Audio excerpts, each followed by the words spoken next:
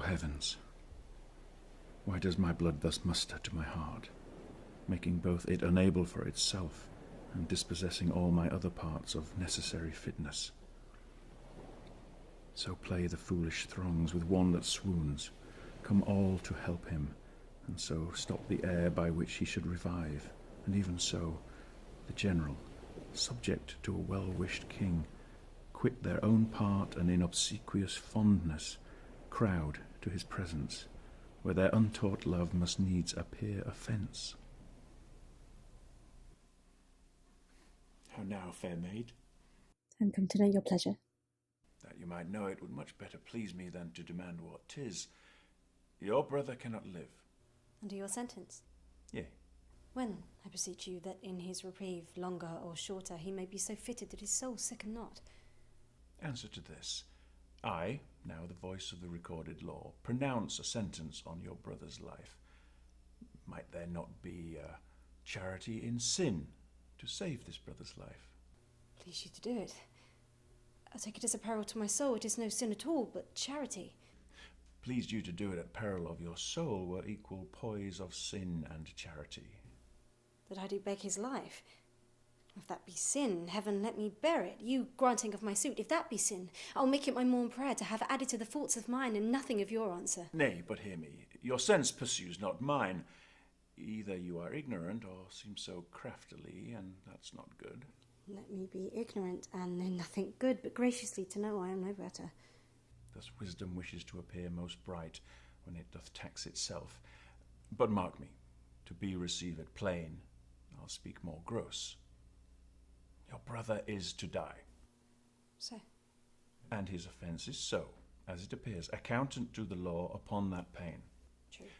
Admit no other way to save his life, as I subscribe not that nor any other, but in the loss of question, that you, his sister, finding yourself desired of such a person, whose credit with the judge, or own great place, could fetch your brother from the manacles of the all-binding law, and that there were no earthly mean to save him, but that either you must lay down the treasures of your body to this supposed, or else to let him suffer,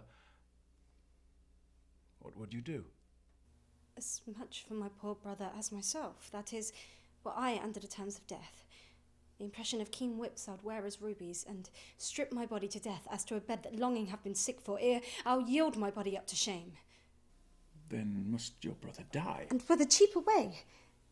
Better it were that a brother died at once than that a sister, by redeeming him, should die forever. Were not you then as cruel as the sentence that you have slandered so? Ignominy in ransom and free pardon are of two houses. Lawful mercy is nothing kin to foul redemption. You seemed of late to make the law a tyrant, and rather proved the sliding of your brother a merriment than a vice. Pardon me, my lord. It all falls out. To have what we would have, we speak not what we mean. I sometimes do excuse the thing I hate for his advantage that I dearly love. We are all frail. Else let my brother die, if not of Federy, but only he owe and succeed thy weakness. Nay, women are frail too. Aye, as the glasses where they view themselves, which are as easy broke as they make forms.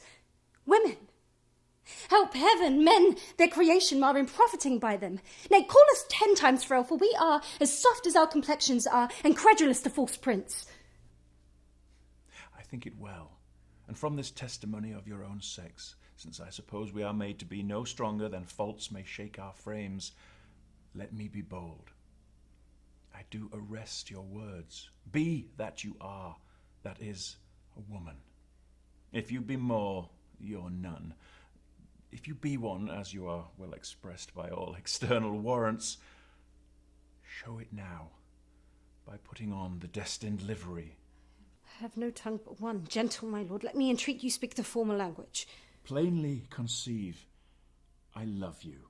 My brother did love Juliet, and you tell me he shall die for it. He shall not, Isabel, if you give me love.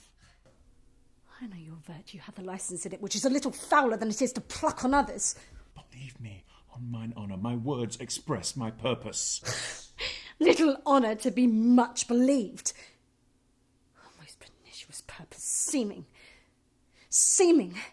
I will proclaim thee, Angelo. Come forward.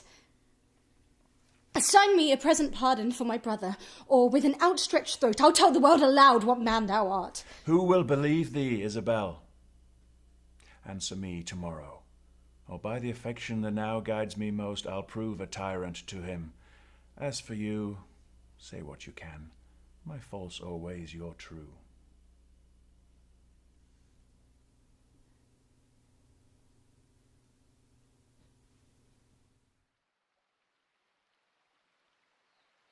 To whom should I complain? Did I tell this, who would believe me? Perilous mouths that bear in them one and the self-same tongue, either of condemnation or reproof, bidding the law make courtesy to their will, hooking both right and wrong to the appetite to follow as it draws. I'll to my brother, though he hath fallen by prompture of the blood, yet hath he in him such a mind of honour, that had he 20 heads to tender down onto 20 bloody blocks, he'd yield them up before his sister could her body stoop to such abhorred pollution. Then Isabel live chastely, and brother die. More than our brother is our chastity. I'll tell him yet of Angelo's request, and set his mind to death for his soul's rest.